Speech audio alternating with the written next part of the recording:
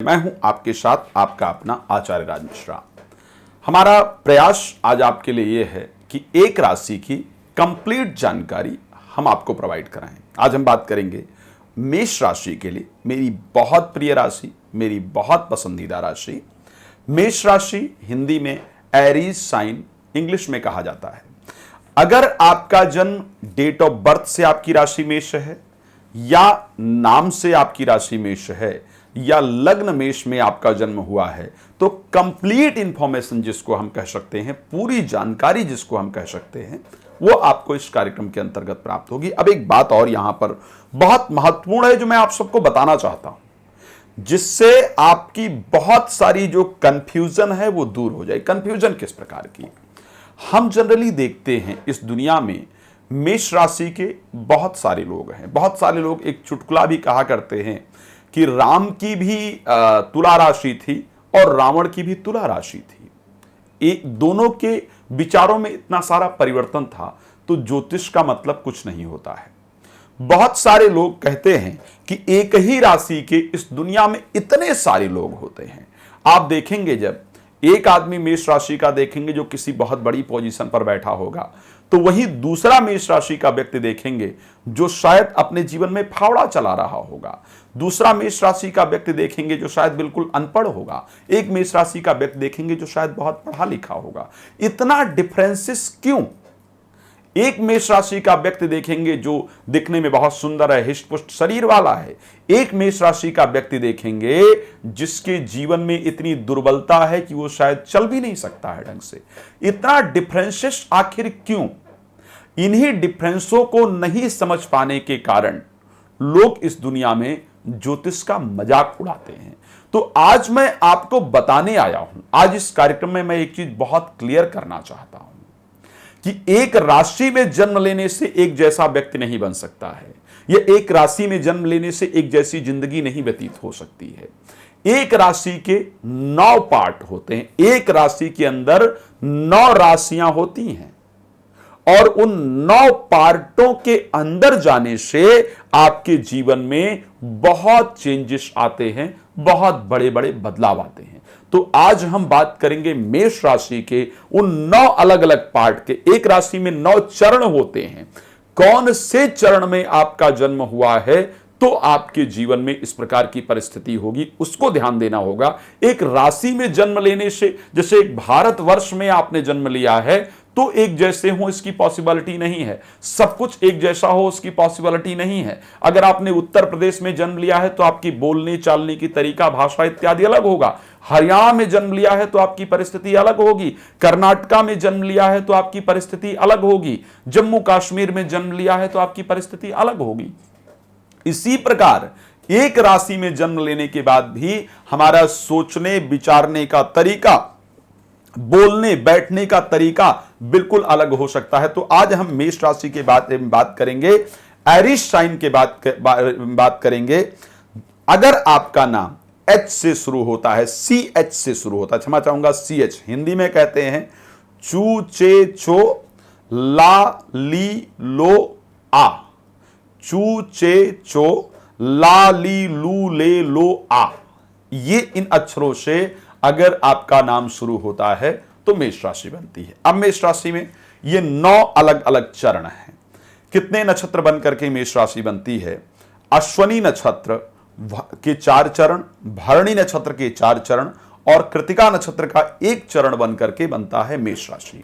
अब अगर आपका मेष राशि में जन्म होता है तो आपके जीवन में कब कब क्या घटनाएं घटित होती हैं, किस प्रकार आपकी परिस्थिति होती है, इस पर हम आज विस्तार से चर्चा करेंगे। आने वाले कार्यक्रमों में हम आपके बिजनेस को लेकर के, आपकी नौकरी को लेकर के, आपकी मैरिज लाइफ को लेकर के बहुत सारी चीजों के बारे में चर्चा करेंगे। अगर पहले चरण में जन्म होता है, यानी अश्वनी नक्षत्र के पहले चरण के अंतर्गत आपका जन्म होता है, तो ऐसी परिस्थिति में आप जीवन में राजा जैसी परिस्थिति को प्राप्त करते हैं। आप जीवन में बहुत विख्यात होते हैं। इसीलिए कहा जाता है कि अगर किसी एक ही मेष राशि का व्यक्ति राजा है तो दूसरा रंग क्यों है। तो अगर अश्वनी नक्षत्र के पहले चरण में जन्म होता है तो वो व्यक्ति राजा होता है, जीवन में बहुत विख्यात होता है, उसकी पद प्रतिष्ठा और मान सम्मान इत्यादि बढ़ती है। अगर द्वितीय भाव में द्वितीय चरण के अंतर्गत किसी का जन्म होता है तो व्यक्ति धनी होता है, उसके पास धन की बड़ी अधिकता होती है। बुद्धि इत्यादि बेशक कम हो, लेकिन धन की बड़ी अधिकता होती है, बड़ी संपन्नता होती है। अगर आपका जन्म तृतीय और धन से संबंधित, अब यहां एक और चीज ध्यान देने वाला होता है, अगर पहले चरण में जन्म हुआ है, राजा मीन्स क्या, अगर पहले चरण में आपका जन्म हुआ है तो आपको अपना व्यापार करने की आवश्यकता होती है। और व्यापार कैसा, जिसका संबंध सरकार से हो, सरकारी क्षेत्र से जुड़ने की आवश्यकता होती है, सरकारी नौकरी इत्यादि करने की आवश्यकता होती है, जो आपके लिए लाभप्रद होता है। दूसरे चरण में जन्म हुआ हो तो अर्थ से रिलेटेड कार्य करने की आवश्यकता होती है। प्रोफेशनल लाइफ में अगर जाना हो तो हमें बैंकिंग क्षेत्र में जाने की आवश्यकता होती है। जो फील्ड डायरेक्टली धन से जुड़े हुए हों उन फील्ड में काम करने की आवश्यकता होती है। दूसरे चरण में जन्म होने पर व्यक्ति धन से संबंधित कार्य करे और जीवन में धनी बने, इस प्रकार का योग होता है। अगर तृतीय चरण में जन्म होता है, व्यक्ति विद्वान होता है, ज्ञानी होता है। अब ये तृतीय चरण में अगर जन्म हुआ है, इसको अगर हम कह दें कि नहीं भाई तुम तो खेल के डिपार्टमेंट में चले जाओ, खेल के विभाग में चले जाओ, तुम पुलिस के क्षेत्र में चले जाओ, तुम आर्मी के क्षेत्र में चले जाओ, तो ये हमारी बेवकूफ़ी होती है। अगर हम चले भी जाते हैं तो हमारे लिए मुश्किल होता है। जनरली जो एस्ट्रोलॉजर है वो इस चीज़ को गड़बड़ कर देता है। अगर तृतीय चरण के अंतर्गत जन्म होता है तो आदमी विद्वान होता है। इस व्यक्ति को प्रोफेशन में क्या सिलेक्ट करने की आवश्यकता होती है। तृतीय चरण में अगर जन्म हो तो ऐसी परिस्थिति में आपको एजुकेशन से रिलेटेड कोई भी स्थिति करनी होती है। मतलब आप टीचर बन सकते हैं, आप उसी के साथ जुडिशरी क्षेत्र में जा सकते हैं, आप कंसल्टेंसी इत्यादि के जो क्षेत्र हैं उनको आप प्राप्त कर सकते हैं। जितने आप प्रीस्ट बनते हैं, आप कथावाचक बन सकते हैं, आप एस्ट्रोलॉजर बन सकते हैं। जितने भी ज्ञान परक क्षेत्र हैं, आप साइंस के क्षेत्र में जा सकते हैं, आप रिसर्च के क्षेत्र में जा सकते हैं। जितनी एक्टिविटी अपनी बुद्धि के लेवल पर की जाती है उन एक्टिविटीज में अगर आप जाते हैं तो आपके लिए फायदेमंद होता है। ये अश्विनी नक्षत्र के हम तीसरे चरण तक पहुंचे हैं। मेष राशि का तीसरा चरण की बात कर रहा हूं। अगर चौथे चरण में जन्म होता है मेष राशि का तो ऐसे कंडीशन में गुरु की भक्ति करना बहुत इंपॉर्टेंट होता है और गुरु भक्त होता है।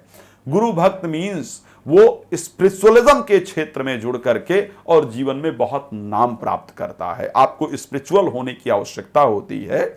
आप अपने गुरु इत्यादि का सम्मान करें, स्पिरिचुअलिज्म के क्षेत्र में जुड़ें, कोई अपना एनजीओ इत्यादि बनाएं और उसको बना करके जीवन में सफलता प्राप्त करें। इस प्रकार की परिस्थिति रहती है। अगर पंचम में जन्म होता है, पंचम में जन्म होने पर व्यक्ति चोर होता है। अगर पंचम चरण में जन्म हो तो व्यक्ति चोर होता है। अब चोर की अगर उपमा की बात की जाए तो कौन चोर हो सकता है। जनरली शेयर मार्केट से काम करने वाले लोग, पंचम चरण में अगर जन्म हो, शेयर मार्केट से काम करने वाले लोग, जुआ, लॉटरी, सट्टा इत्यादि में धन इत्यादि लगाने वाले लोग, इनको वेद में चोर की श्रेणी में रखा गया है। पॉलिटिकल में जो लोग सही तरीके से काम नहीं करते, मैं उस पर बहुत ज़्यादा नहीं जाऊंगा, किसी कार्यक्रम को मैं नहीं चाहता हूं कि पॉलिटिकली हो जाए, तो ऐसे क्षेत्र में काम करने वाले लोग निश्चित रूप से जो खष्टम में, और उसके साथ खष्टम में अगर जन्म होता है तो काल और भाषा से हीन होता है। ऐसे व्यक्ति को दूसरी भाषा को सीख करके ट्रांसलेटर इत्यादि की जो भूमिका है वो अगर निभाता है, दूसरी भाषा को सीखता है, तो इसके लिए बहुत फायदेमंद होता है। सप्तम में अगर हो तो ध्यान, साधना, योग, इन क्षेत्र में अगर जाता है तो ऐसे कंडीशन में उसके लिए बहुत लाभप्रद होता है। अष्टम में होने पर आर्थिक परिस्थितियां बहुत खराब होती हैं, निर्धन होता है। अगर अष्टम चरण में जन्म हुआ हो तो ऐसी कंडीशन में निर्धन होता है। नवम में अगर जन्म हुआ हो तो व्यक्ति शुभ लक्षणों से युक्त होता है। जिसके साथ काम करता है, जिसके साथ मिलता है, उसके लिए बहुत फायदेमंद होता है, खुद के लिए इतना फायदा नहीं ले पाता है। अच्छा, अब मेष राशि के लिए कौन कौन समय पर कैसा कैसा कष्ट होता है। प्रथम वर्ष में, प्रथम मास में कष्ट होता है। कष्ट जब आपका जन्म होता है तो आपका जीवन कष्टप्रद रहता है। 1 और 13 वर्ष में भी मरण तुल्य कष्ट होता है। 1 वर्ष के जब आप होते हैं, 13 वर्ष के होते हैं, मरण तुल्य कष्ट होता है। जल में डूबने का भय रहता है। 18 वर्ष में आपको चोट लगती है। 64 वर्ष में आपके शरीर में रोग होता है, 50 वर्ष में आपके जीवन में चोरी का सामना आपको करना पड़ता है, लोग आपसे चोरी कर लेते हैं और लोहे से पीड़ा होती है और लोग आपके साथ धोखा करते हैं, ये 64 वर्ष में होता है। यदि आपकी कुंडली में चंद्रमा पर शुभ ग्रह की दृष्टि हो तो 75 वर्ष तक आपका जीवन होता है। 75 वर्ष और 15 घटी 15 पल आपका जीवन रहता है। कार्तिक मास की चतुर्थी तिथि को मंगलवार के दिन भरणी नक्षत्र में आप अपना देह त्यागते हैं। तो ये कंप्लीट जानकारी है मेष राशि की, और जानकारियां लेकर के आएंगे। कोई भी जानकारी प्राप्त करना चाहते हैं आप मुझे कॉल कर सकते हैं, कॉल अपॉइंटमेंट लेकर बात कर सकते हैं।